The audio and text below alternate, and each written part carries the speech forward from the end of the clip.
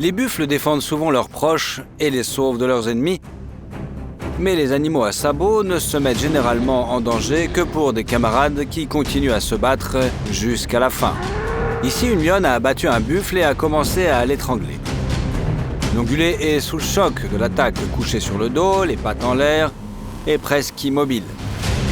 La lionne voit que le reste du troupeau ne sait pas s'il a une chance de se défendre ou s'il est déjà trop tard. La chatte prédatrice attend son heure car le temps joue en sa faveur. Elle étrangle le buffle et chaque seconde qui passe, il reste de moins en moins de temps pour sauver l'animal à sabots. Ses forces s'amenuisent. Le troupeau ne sait pas s'il doit combattre le chat prédateur car le taureau couché ne bouge pas. Peut-être est-il déjà trop tard. Finalement, l'un des buffles fait quelque chose d'inattendu pour la lionne. Il frappe son camarade à terre. Ce n'est pas un acte d'agression, mais la dernière chance de vérifier s'il est encore à vie. Il s'avère qu'il est vivant. Le buffle couché sur le dos reprend conscience et se retourne sur le ventre, tombant directement dans les griffes de la lionne. Le troupeau prend alors immédiatement des mesures décisives. Marche sur la lionne et tente de l'encercler. La féline n'a d'autre choix que de relâcher sa proie. Nous vous montrerons d'autres cas où les buffles ont surpris leur ennemi et ont fait preuve d'une force incroyable, alliée à l'intelligence. Un grand et puissant cerf a commis une grave erreur en essayant de montrer sa force face à un bison. Le taureau se comportait de manière non agressive et le cerf, avec ses bois massifs, pensait qu'il était face à un adversaire facile. Grand, encombrant, mais lâche. Mais le cerf se trompait. L'énorme bison était légèrement surpris par l'agression non provoquée du cerf, comme s'il ne pouvait pas croire à la folie d'un animal à sabots nettement moins massif. Mais lorsque le cerf dirige ses bois vers le taureau, le bison réagit immédiatement à cette audace. Il charge et repousse facilement l'agresseur. Le cerf est sous le choc, mais s'entête à imposer le combat. Le bison n'a que faire de l'acharnement du cerf. Les forces sont trop inégales et le taureau le démontre volontiers. Il ignore les coups du cerf, secoue rapidement la tête de façon inattendue, marche sur l'adversaire et le presse à nouveau. Le désir de se montrer s'est transformé en une défaite honteuse pour le cerf. Le bison oblige le cerf à paniquer et à s'enfuir.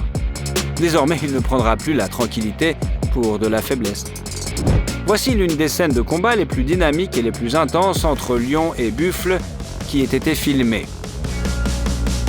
Ici, un jeune taureau agressif court devant le troupeau, exprimant clairement son désir de se battre et de se mettre en difficulté. Il est fort, rapide, avec des pattes et un cou musclé et puissant, ainsi que de longues cornes acérées. Cependant, le taureau n'a pas encore atteint sa taille maximale. Les efforts combinés de la lionne et du jeune lion constituent une menace sérieuse pour lui. Mais le taureau ne se soucie pas du danger. Il se lance hardiment dans la bataille, manœuvrant, brisant l'encerclement, menaçant ses adversaires de ses cornes acérées et les dispersant. Cependant, les chasseurs sont manifestement plus expérimentés. Ils se jettent sur le taureau de différents côtés.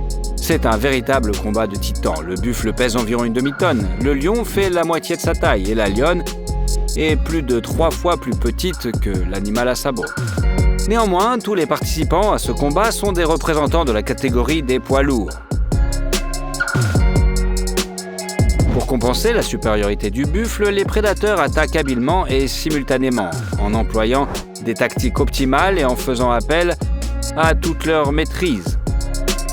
Dans ce combat, les deux camps montrent toutes leurs capacités.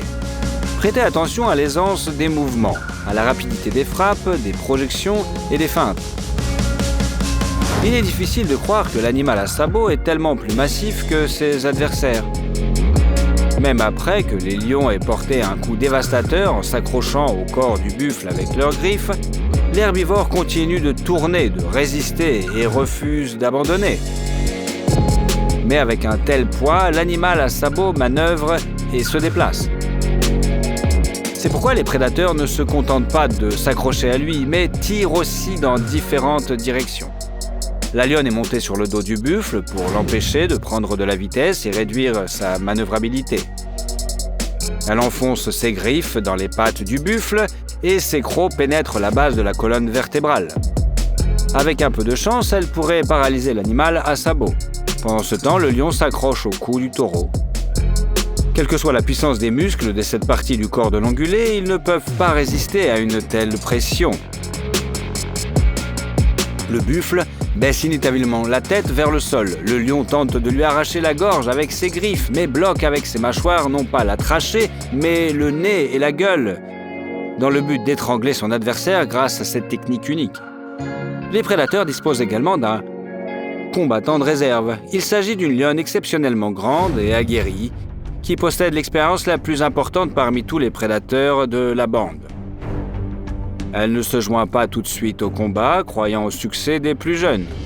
En effet, le taureau est confronté à des problèmes. Peu à peu, même un tel géant perd de sa force. Les lions ont sous-estimé la loyauté des buffles envers leurs semblables.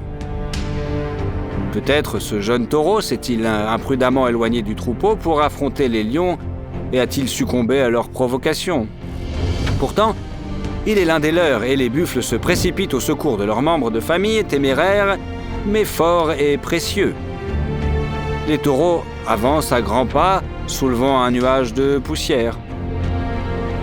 La lionne, expérimentée, voit cette scène impressionnante et commence à reculer. Elle ne s'est pas jointe à la chasse plus tôt, croyant à son succès. Maintenant, elle comprend qu'il est vain d'essayer d'achever un jeune taureau si fort et si têtu, alors qu'il est soutenu par des parents aussi puissants. La jeune lionne sur le dos du buffle qui résiste le voit aussi et recule. Seul le courageux lion espère encore étrangler son ennemi. Il s'accroche à son cou jusqu'au bout. Le mâle a du mérite, c'est un vrai courage. Mais il se trompe. Le taureau résiste à la pression et ses congénères lui viennent en aide. La bravoure de ces animaux à sabots mérite votre like, n'est-ce pas? En Asie, il existe de nombreuses sous-espèces de buffles. L'une des plus grandes, des plus fortes et des plus féroces, non seulement sur ce continent mais dans le monde entier, s'appelle le gaor. Le poids de ce mastodonte peut fluctuer autour d'1,5 tonne, et les mâles de taille exceptionnelle peuvent même atteindre 2 tonnes. De plus, il possède agilité, mobilité et détermination. Ici, le gaor saute facilement par-dessus une clôture plus haute que ses épaules. On ne s'attendait pas à cela de la part d'un animal aussi massif, n'est-ce pas? Mais le plus important, ce n'est pas seulement la force physique brute, c'est la force de caractère. Le rhinocéros asiatique est environ 2 fois plus lourd et plus fort que le buffle, mais observez comment le gaor poursuit son adversaire arrogant. Le rhinocéros pensait qu'il pourrait facilement repousser le buffle du pâturage, s'emparer de ses terres et profiter de toute la verdure. Le rhinocéros se trompait. Le gaor a non seulement esquivé habilement les attaques dangereuses, mais il a aussi ignoré les feintes, montrant ainsi à son adversaire qu'il avait compris sa tactique et qu'il n'était pas effrayé. Le buffle agit avec calme et précision et chacun de ses mouvements est porteur d'une menace réelle. Le taureau comprend clairement que le rhinocéros revêtu d'une armure naturelle pourrait être un problème du simple fait de son poids écrasant. C'est pourquoi, au lieu d'essayer de mettre le rhinocéros à terre, le gaor l'intimide, s'approche, le taquine, montre ses cornes et se comporte de manière remarquablement audacieuse. Remarquez que la différence entre les deux réside essentiellement dans la qualité du bluff. Les deux animaux ne veulent pas se battre, mais seul l'un d'entre eux est prêt à affronter cette issue potentielle. Le gaor ne bluffe donc qu'à moitié. Il est prêt à affronter un ennemi aussi dangereux s'il le faut, mais il l'évite intelligemment tant qu'il en a la possibilité. En revanche, le bluff du rhinocéros est différent. Il n'est manifestement pas prêt à se battre et bat en retraite dès qu'il se rend compte que l'intimidation d'un taureau aussi puissant et coriace ne fonctionnera pas. Un tigre s'est installé dans les fourrés. Ce prédateur est le plus grand félin sauvage de la planète. En tête-à-tête, il peut se mesurer à un gaor adulte et représente une menace pour la quasi-totalité des mammifères herbivores d'Asie. Cependant, les gaors n'errent pas toujours seuls. Ici, ils se sont rassemblés en un nombreux troupeau. Le tigre est confiant dans son camouflage. Les rayures dissimulent parfaitement la présence du félin et en outre, de nombreux herbivores ont beaucoup moins de récepteurs de couleurs dans leurs yeux qu'eux-mêmes. Ainsi, la peau orange de la panthère et le feuillage vert qui l'entoure se fondent en une toile solide aux yeux des gaors. Le tigre a cependant surestimé son abri. S'il avait tendu une embuscade, il aurait pu passer inaperçu. Mais la panthère était trop détendue et les gaors ont repéré le tigre. Au lieu de battre en retraite, ils sont allés voir ce qui se passait. Ce n'est pas de bon augure pour le prédateur. Dans l'espace restreint des forêts, sa manœuvrabilité diminue considérablement et les arbres minces ne sont pas un obstacle pour les puissantes attaques de bélier. Finalement, les gaors ont simplement chassé le tigre qui s'est enfui la queue entre les jambes. Le gaor est assez audacieux pour résister à la pression des éléphants. Heureusement, le combat n'est pas dégénéré, mais lorsqu'un troupeau de ces énormes herbivores est arrivé sur les lieux de pâturage du gaor, chasser immédiatement les buffles n'a pas fonctionné. Regardez comment ces deux énormes animaux s'évaluent l'un l'autre. L'éléphant indien est plus petit que l'éléphant africain, mais il est tout de même presque 3 fois plus massif que le taureau. De plus, il s'agit d'un troupeau où chaque animal est un combattant, alors que le gaor est seul. C'est terrifiant, n'est-ce pas? N'importe quel autre herbivore, même un prédateur, s'enfuirait sûrement le plus vite possible s'il était à la place de ce buffle. L'apparition soudaine de plusieurs créatures gigantesques armées de trompes et de défenses flexibles en aurait poussé plus d'un au bord de la panique. Même une troupe de lions se disperserait probablement, mais pas le gaor. Il sait qu'il ne pourrait pas s'occuper d'un seul éléphant et encore moins d'un troupeau entier avec des petits. Pour leur protection, les adultes se battraient encore plus désespérément. Pourtant, le gaor ne panique pas et prétend qu'il n'est pas chassé, mais qu'il invite plutôt les éléphants, comme un hôte hospitalier, leur cédant poliment ce pâturage. Plutôt amusant, n'est-ce pas? Il semble que les géants aient apprécié le sang-froid de l'animal à sabot. Le lion pensait pouvoir attaquer un veau sous les yeux du troupeau de buffles sans que les animaux à sabots n'interviennent par peur de l'immense force du prédateur. Le prédateur s'est jeté sur la jeune créature à sabots déconcertée et a réussi à la battre. Heureusement pour le veau, même un prédateur aussi massif ne brise généralement pas le cou de sa proie, mais tente plutôt de l'étrangler. Les buffles ont donc eu le temps de réagir à l'attaque. 1 minute seulement, voire moins, et le lion était convaincu que les buffles ne sauveraient pas leurs congénères. Cette fois, le lion s'est trompé, les buffles se sont rapidement remis du choc initial de l'attaque. Il semble que l'audace du prédateur les ait surpris plus que sa force ne les ait effrayés. Les buffles marchent en formation, passent à l'offensive contre l'ennemi. Le lion est étonné mais ne lâche pas sa proie, espérant jusqu'au dernier moment qu'ils ne font que l'intimider. Encore une erreur. L'un des taureaux accélère et à l'abri de ses congénères se rapproche du prédateur pour l'éperonner. Le taureau assène un coup précis et dévastateur au lion, le projetant loin du veau. Étonnamment, le coup a été suffisamment précis pour que le petit ne subisse qu'une blessure minime. Étourdi, le lion lâche sa proie et s'éloigne en bondissant. Le taureau poursuit son ennemi, ne montrant aucun signe de peur à l'égard de ce lion. Même un buffle blessé peut mener un combat digne de ce nom contre son adversaire. 2 lions ont attaqué ce taureau utilisant une tactique d'embuscade et se précipitant sur la créature à sabots si rapidement que leur victime a manqué le premier coup. Prenant garde aux puissantes cornes, les lions ont attaqué par derrière et ont réussi à blesser le taureau aux pattes arrière. Mais le buffle féroce s'est défendu. Il repousse une lionne, puis, surmontant la douleur, tourne en rond, dispersant et repoussant ses ennemis. Malgré l'avantage numérique des lionnes, le taureau leur montre que 2 contre 1, certes une situation injuste, mais toujours en sa faveur. s'il y avait 4 lionnes, les forces seraient égales. Les chats ne s'attendaient pas à une telle résistance. Ils sont un petit peu perplexes. C'est pourquoi ils utilisent une tactique quelque peu sournoise en attaquant à plusieurs reprises la zone blessée. Ils n'essaient pas d'abattre le taureau ou de l'atteindre à la gorge, mais visent simplement la blessure pour priver l'adversaire de sa force et de sa mobilité. Que pensez-vous de ce comportement ? Le trouvez-vous ignoble ou pensez-vous que de tels critères d'évaluation sont inapplicables aux animaux sauvages ?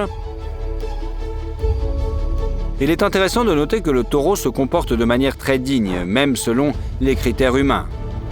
Il n'a pas peur et continue à résister activement sans se laisser abattre par le désespoir, bien que son troupeau d'origine soit trop éloigné pour lui venir en aide.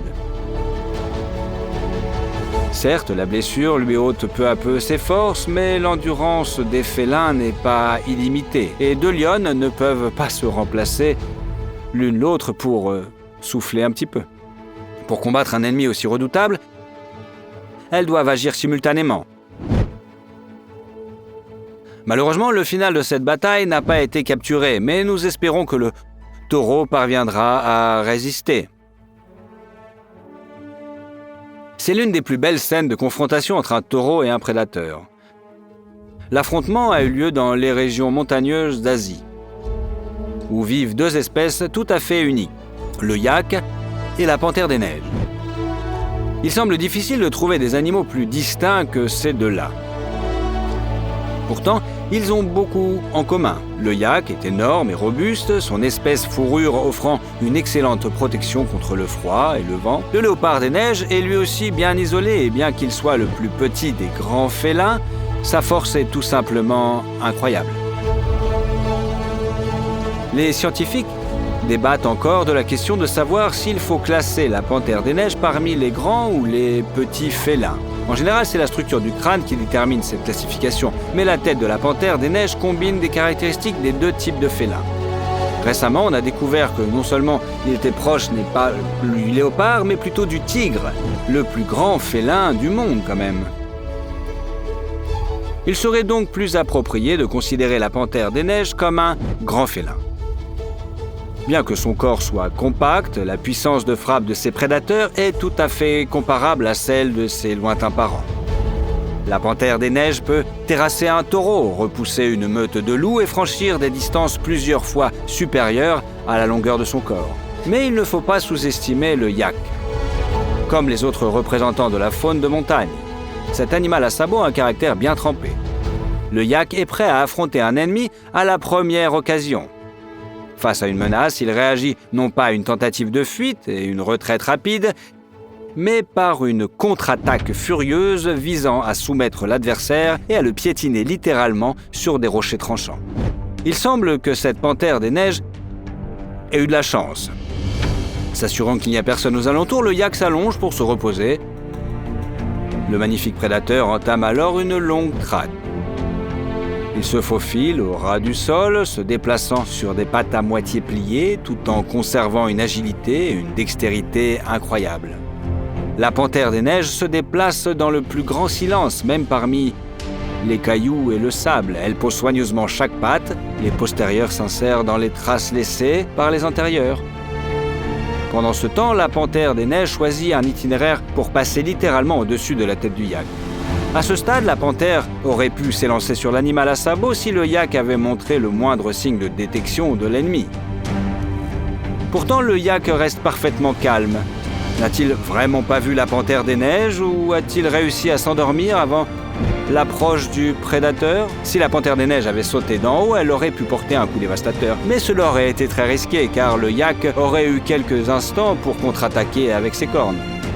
Aussi, lorsque le prédateur s'aperçut qu'il n'avait pas été deviné ou remarqué, il continua sa descente. La panthère des neiges chercha à s'approcher à la distance minimale pour saisir immédiatement la gorge de l'animal à sabot dès le premier mouvement, ce qui lui garantissait presque la victoire.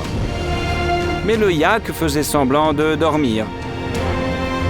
Ce taureau rusé a permis à la panthère des neiges de s'approcher le plus possible et quelques secondes avant le saut décisif du félin prédateur, le yak s'est levé.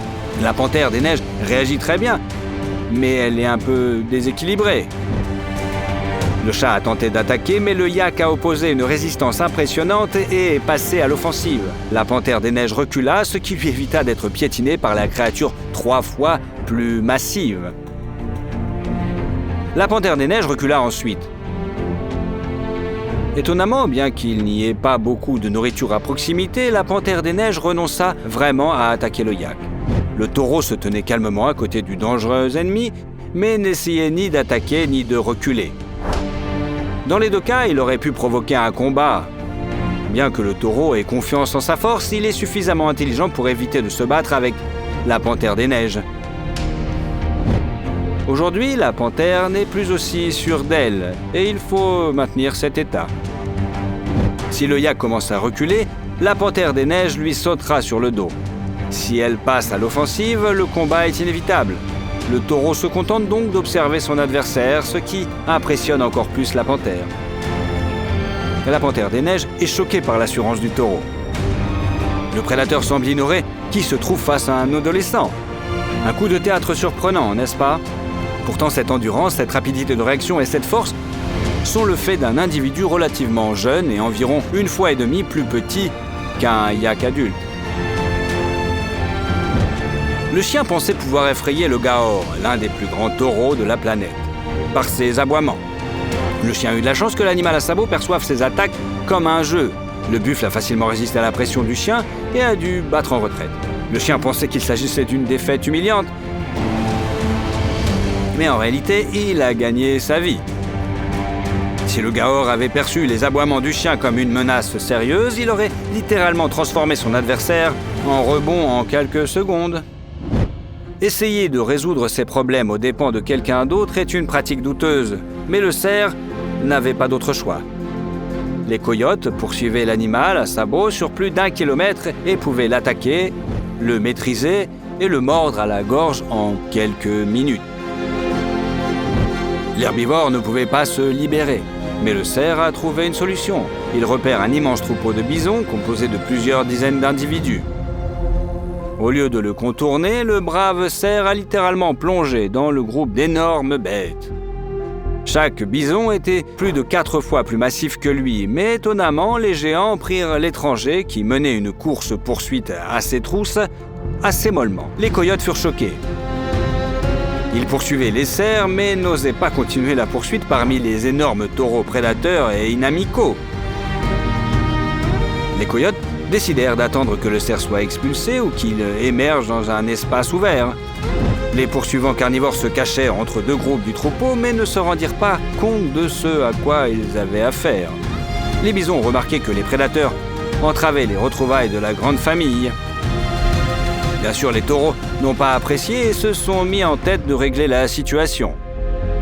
Pouvez-vous imaginer la réaction des coyotes à la poursuite des cerfs lorsqu'un groupe d'énormes et puissants bisons leur fonce dessus de plein fouet? Bien sûr, les prédateurs se sont enfuis. Aujourd'hui, le cerf doit une fière chandelle à ses bisons. Quel incident particulier où les bisons ont fortement résisté à leurs ennemis vous a le plus impressionné? Faites-le nous savoir dans les commentaires et n'oubliez pas de vous abonner pour découvrir la suite de notre contenu.